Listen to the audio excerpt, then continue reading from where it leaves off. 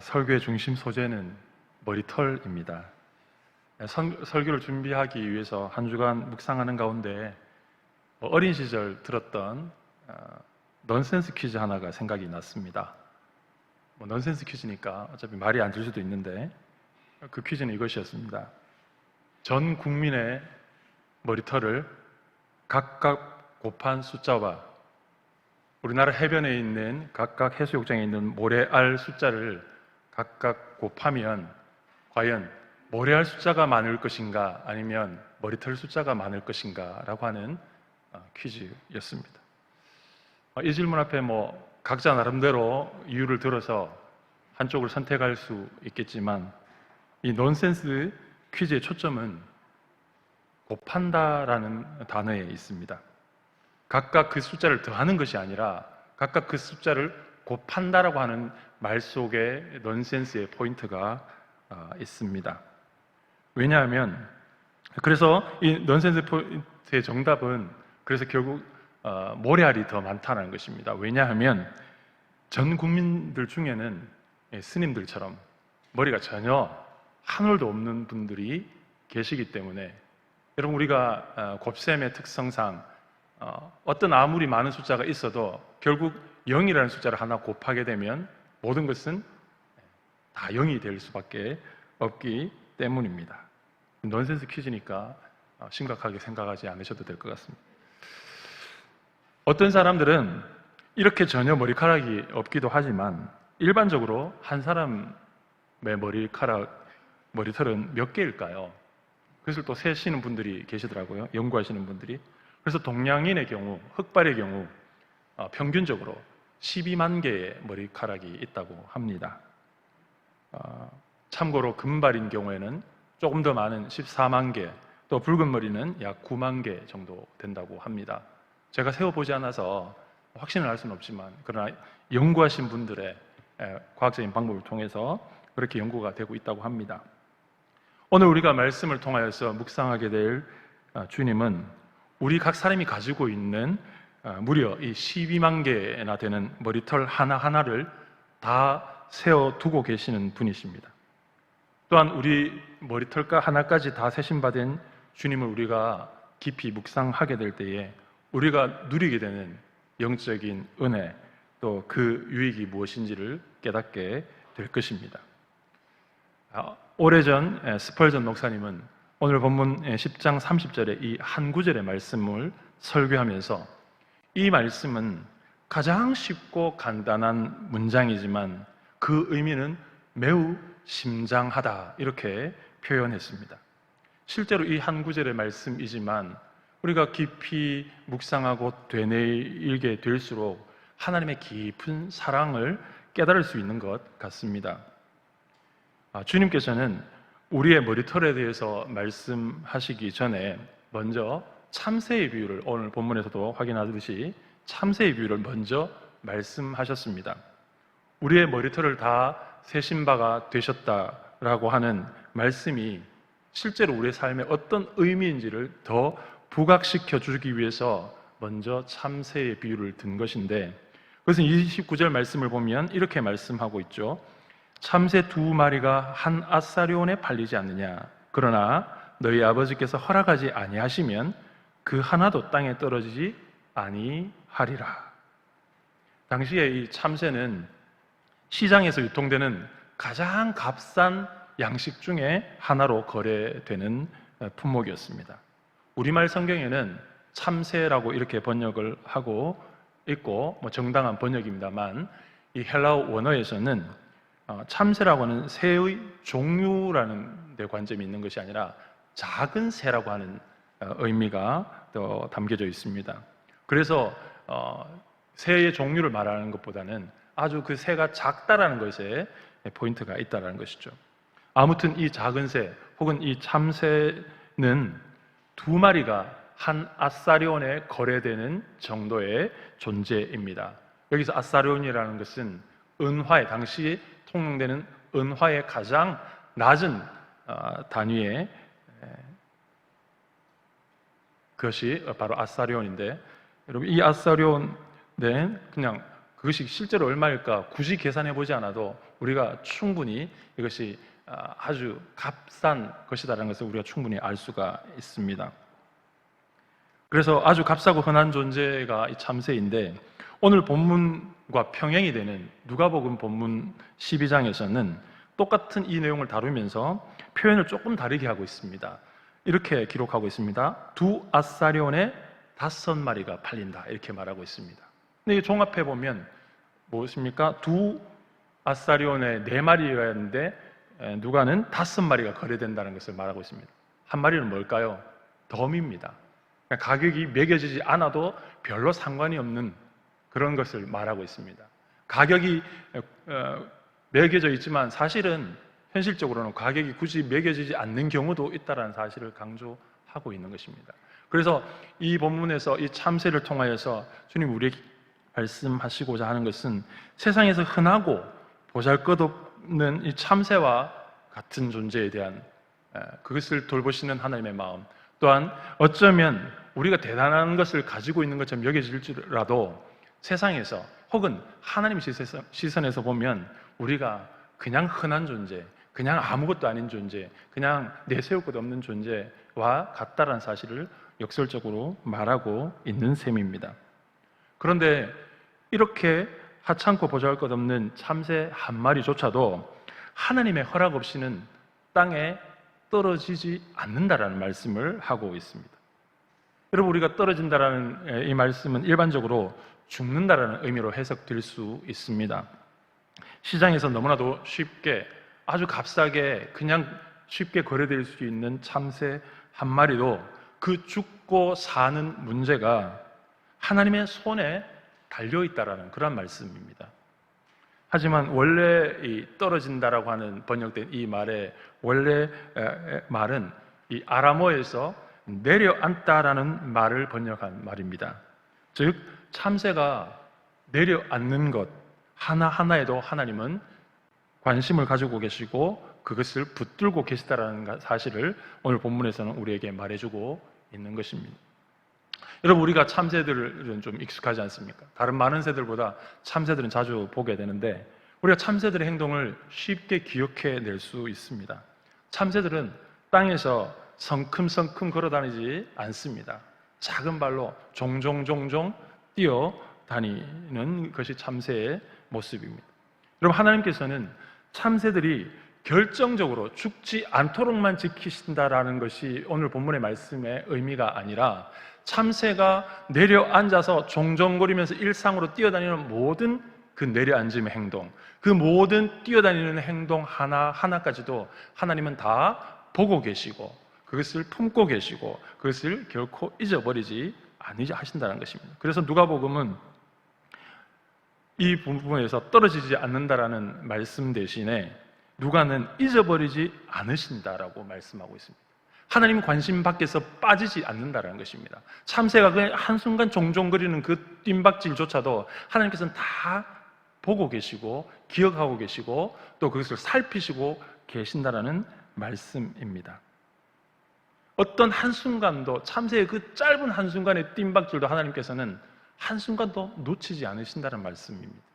사랑하는 성도 여러분, 이와 마찬가지로 하나님은 아무것도 내세울 것 없는 우리, 보잘것없는, 그래서 무가치한 것처럼 여겨지는 우리의 생명과 일상의 모든 종종거리는 몸부림을 당신의 전능하신 손으로 지금 이 순간도 붙들고 계시는 분이심을 깨닫게 되시기를 소망합니다. 사실 오늘의 본문의 말씀은 어쩌면 이 한 구절의 말씀으로도 충분할지도 모르겠습니다.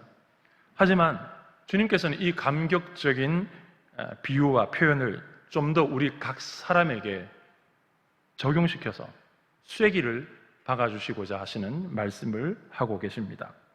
참새의 비유를 통해서 우리가 바로 참새와 같이 보잘것없는 존재에 불과하지만 우리를 너무나도 소중하게 여기시는, 그래서 그분의 마음을 우리에게 가장 강력하게 더 심어주시기 위해서 이 논의, 이 비유를 이제 우리 머리털로 이야기를 옮겨가시는 모습을 볼 수가 있습니다. 그런데 이 머리털 한 올 한 올까지도 하나님은 이미 다 세신 바가 되었다, 이렇게 말씀하고 있습니다. 서두에서 말씀드린 대로 우리가 평균적으로 한 10만 개 정도의 머리털을 가지고 있다고 하면 그저 빗질 한두 번에도, 그냥 씻으면서 머리 한번 감을 때도 우리가 한두 올의 머리털은 쉽게 빠져서 언제 빠지는지 모르게 우리 몸에서 떨어져 나가는 것이 머리털인데, 하나님께서는 그 한 올 한 올까지도 다 세고 계시다라는 것을 말씀하고 있는 것입니다.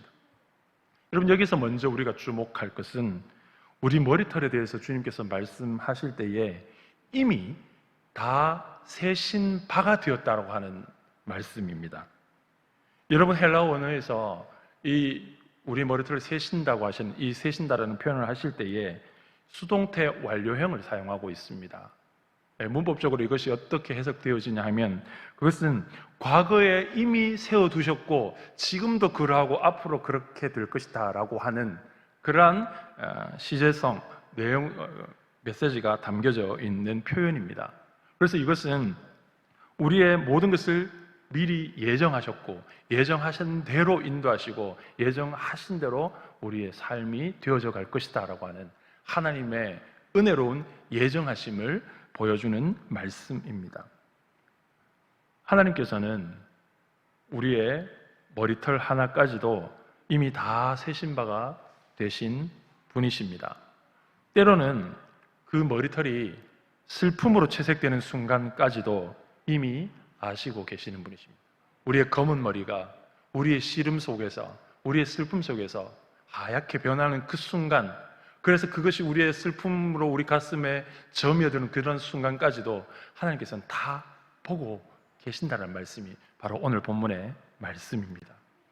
우리의 머리털을 다 세워두고 계셔서 그 머리털 한 올 한 올에 배어있는 사연까지도, 그리고 그 사정까지도 아신다는 말씀인데, 이것은 단순히 하나님께서 모든 사정을 알고 계신다라는 탁월한 하나님의 지혜, 탁월한 하나님의 지성을 말씀하시고 자랑하시는 것이 아니라, 이것은 우리의 세세한, 그리고 우리의 그 삶의 여정 속에서 느끼는 수많은 아픔과 고난과 신음까지도 하나님께서 다 공감하고 함께 아파하신다고 하는 그러한 마음이 담겨 있는 말씀인 것입니다. 하나님께서는 또한 우리의 하찮은 머리털까지도 다 세신 바가 되신다라는 것을 통해서 하나님께서 전지하시기 때문에, 무엇이든지 다 알고 계시기 때문에 자동적으로 우리의 머리털 숫자까지도 다 세고 계시다라고 하는 그것을, 그래서 우리의 정보에 대해서 알고 계시다라는 사실을 우리에게 말씀하시는 것이 아니라, 언제든 우리 빗질 한 번으로도 빠질 수 있는 이 머리털 한 올까지도 하나님께서는 그 수를 다 세워두고 계신다라고 하는 것을 통해서 그 한 올 한 올까지도 세워두실 만큼 하나님께는 우리가 소중한 가치의 존재라는 사실을 말씀하고 계시는 겁니다. 여러분, 물론 현실적으로 머리털 한 올을 굉장히 소중하게 여기시는 분들도 계시겠지만, 일반적으로 그냥 우리가 머리털 한 올 빠지는 것에 대해서 전혀 신경 쓰지 않고 개의치 않습니다. 그러나 하나님께서 뭐라고 말씀하십니까? 그 한 올의 머리털까지도 하나님께서는 소중하게 여기신다라는 것입니다. 왜 그렇게 소중하게 여기실까요? 우리는 종종 연예인이나 스타들을 열광하면서 따라다니는 청소년들을 봅니다.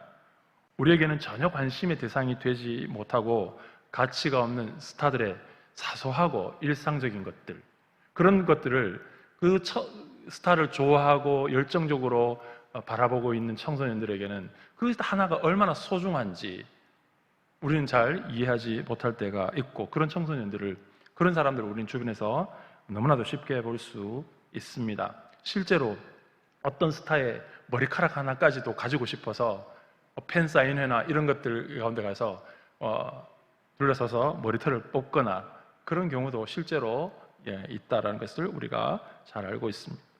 여러분, 하나님께서 우리의 머리카락을 다 세고 계셨다라는 이 짧은 한마디 속에는 우리에게 가장 사소하고 보잘것없는 것조차도 하나님은 소중하게 가치 있게 여기신다라고 하는 말씀을 하고 계시는 것입니다. 만일 이 머리털 하나가 창조주이신 하나님께서 관심을 가질 만큼 소중한 것이라고 한다면 그 머리털을 가지고 있는 우리 몸은 과연 얼마나 소중할 것인가? 그리고 그 몸에 담아있는 우리의 영혼은 얼마나 소중한 것인가? 라고 하는 그러한 것을 담아내고 있는 것이죠. 그래서 우리가 이런 반문을 통해서 하나님께서 우리를 얼마나 소중하게 여기시는지를 말씀하시는 것인데, 여러분, 우리를 향하신 이 하나님의 사랑과 열정이 이 짧은 한마디에 다 녹아 들어 있는 것입니다. 우리는 이 놀라운 사랑의 열정을 그리스도의 십자가 안에서 이미 맛보았고 누렸고 깨달아서 알고 있습니다. 하나님께서는 우리의 머리털까지 이처럼 소중한 가치로 세워두고 계신다라는 것이 말씀하시므로 그 어떤 경우에도 작은 머리털 하나도 잊어버리지 아니하시고 또 잃어버리지도 아니하시겠다는 약속을 우리에게 들려주고 계시는 것입니다. 여러분, 우리 중에 누구라도 소중하게 여기는 것이 있다면 그것이 잊어버려도 혹은 잃어버려도 전혀 상관없다고 여기시는 사람은 아무도 없을 것입니다. 마찬가지로 하나님께서 이 머리털 하나까지도 세워두신다는 것을 통해서 내가 너의 머리털 하나를 소중하게 여기신다는 것을 통해서 하나님께서 결국 우리에게 말씀하시는 것은 무엇입니까? 내가 너를 결코 상하지 않게 보호하시겠다라는 것, 지키시겠다라는 것, 그것을 우리에게 약속의 말씀으로 들려주시는 것입니다. 그래서 누가복음 21장 18절 말씀은 우리에게 이렇게 증거합니다. 너희의 머리털 하나도 상하지 아니하리라. 하나님께서는 우리의 일상생활 속에서 우리의 그 머리털 하나까지도 다 세워놓고 계신다라는 이 짧은 한마디 속에서 결코 그 머리털 하나도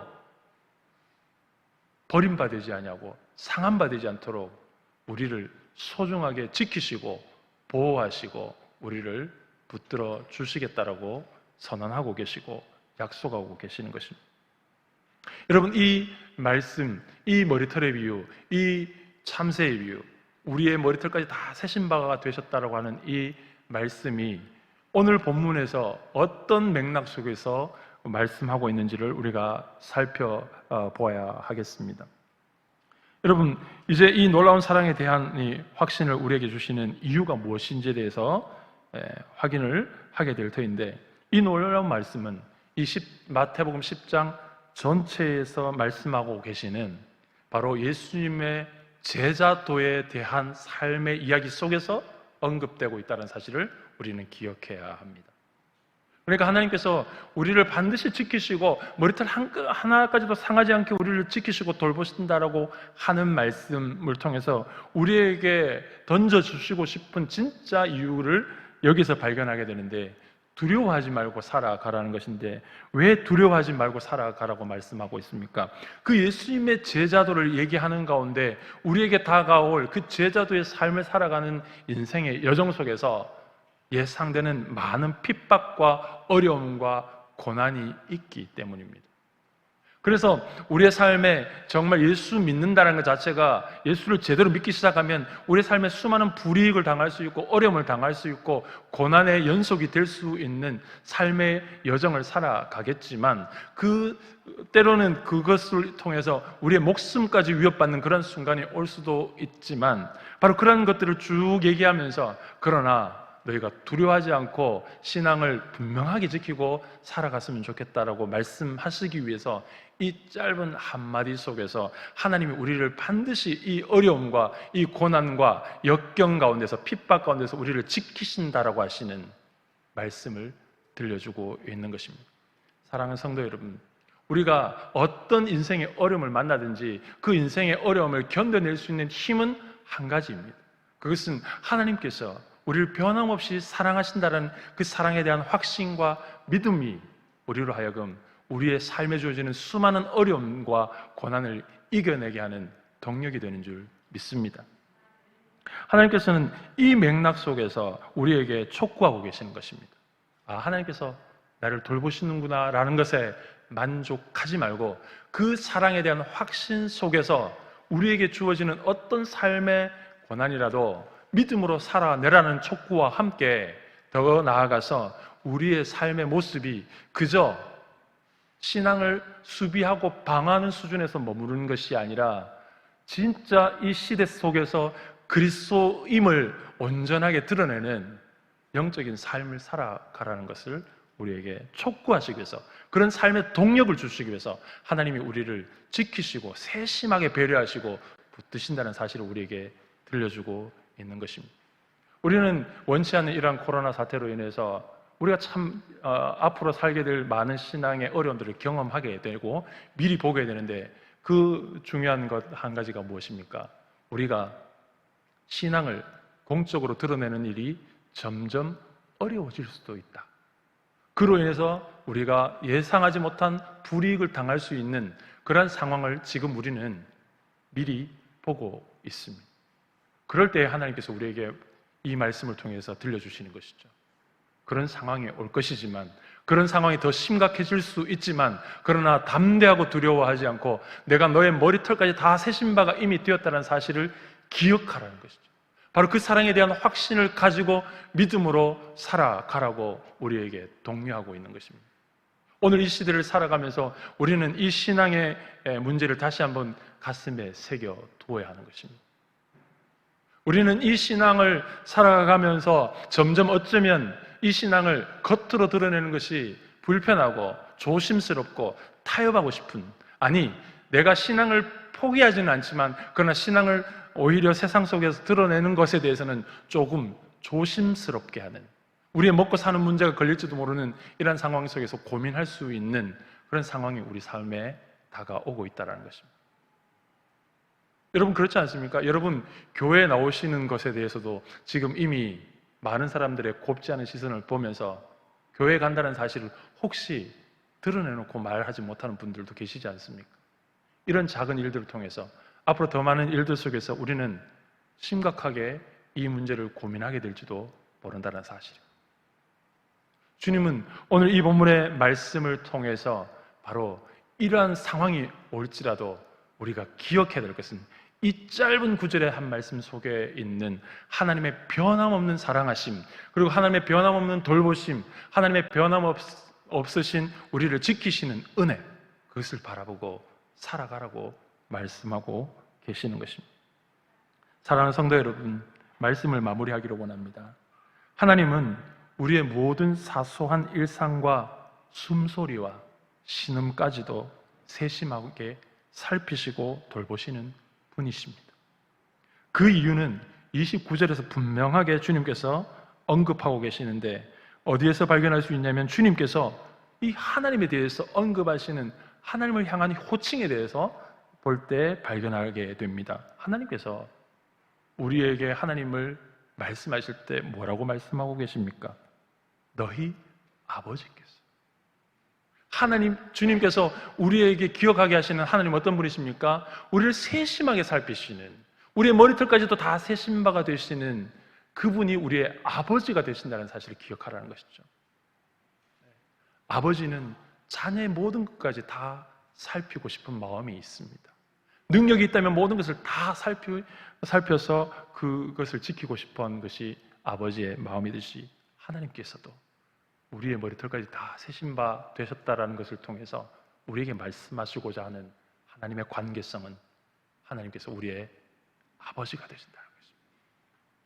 이 아버지 되심에 대한 확신을 우리의 마음속에 근거로 삼아서 우리의 삶에 어떤 고난과 어려움으로 다가올지 모르는 수많은 인생의 종종거리는 삶의 여정 속에서도 이 아버지 되심에 대한 신뢰함으로 오늘도 온전한 믿음으로 승리하는 저와 여러분의 삶이 되기를 간절히 소망합니다.